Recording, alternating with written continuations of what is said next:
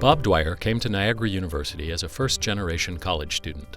After graduating with a Bachelor of Arts degree in 1965, he embarked on a career in the financial services industry, first for Hugh Johnson & Company, and then with Kidder, Peabody & Company, before moving on to Dean Witter in Buffalo. First thing he asked me was, should he go down to New York? And he said I might get fired. And I told him he could get fired in Buffalo just as well. He'd never get a chance like that again.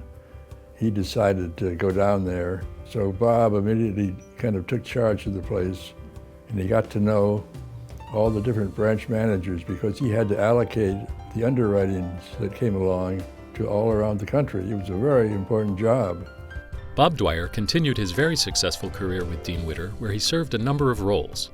He held 2 separate senior vice president positions before retiring from Morgan Stanley Dean Witter in 1999 as its executive vice president and national sales director.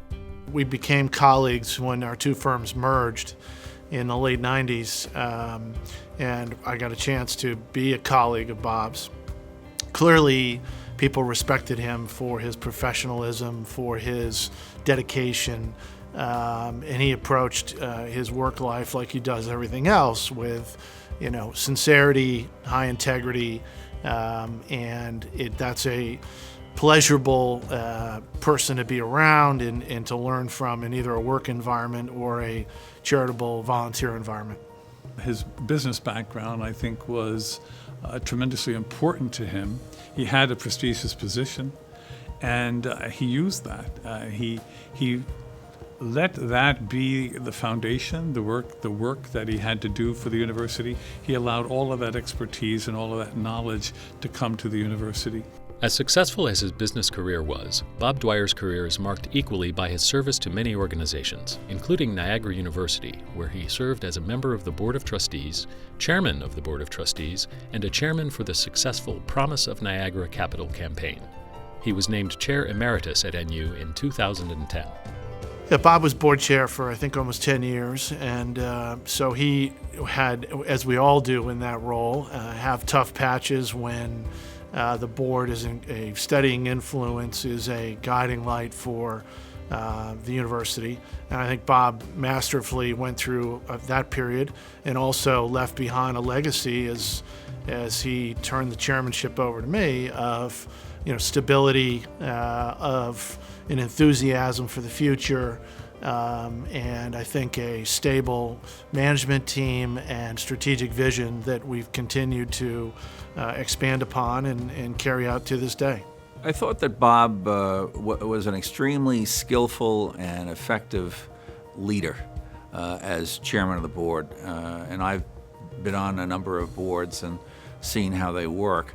I think he had particular strengths in the areas of governance and relationship management and oversight of the integrity of the university. I think those were the things that I took away that he really was strong on.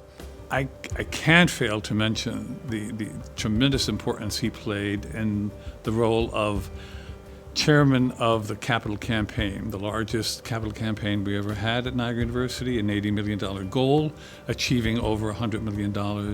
You know that story well, and it's a wonderful story. It's Bob Dwyer as the backbone, the heart of that.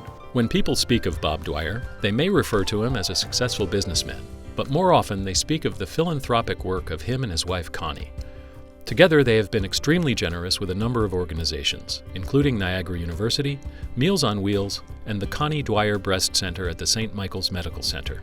When I think of Bob, I also think of Connie, and I would say that they epitomize, Christian values and a Vincentian philosophy of charity and giving to others and looking out for the less fortunate. They are the example, a great example of Niagara graduates practicing what they learned here and what is part of their life.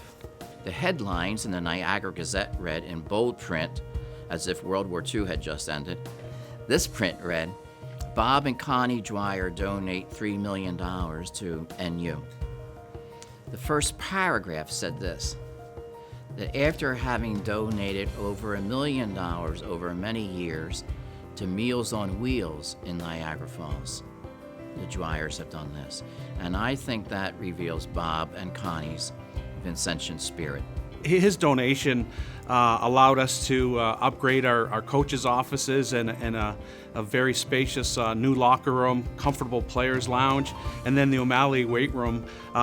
That's a big part of the recruiting process when we bring potential student athletes and their families on campus. And then, on the other hand, there's over 600 youth hockey players that call themselves the Junior Purple Eagles and call Dwyer Arena home, and that has a big impact on our campus. There's thousands of youth hockey players and their families that visit our beautiful campus on a weekly basis. For always living with a Vincentian spirit and being so generous with his gifts of time, talent, and treasure, Niagara University is proud to present Robert J. Dwyer with the Caritas Medal.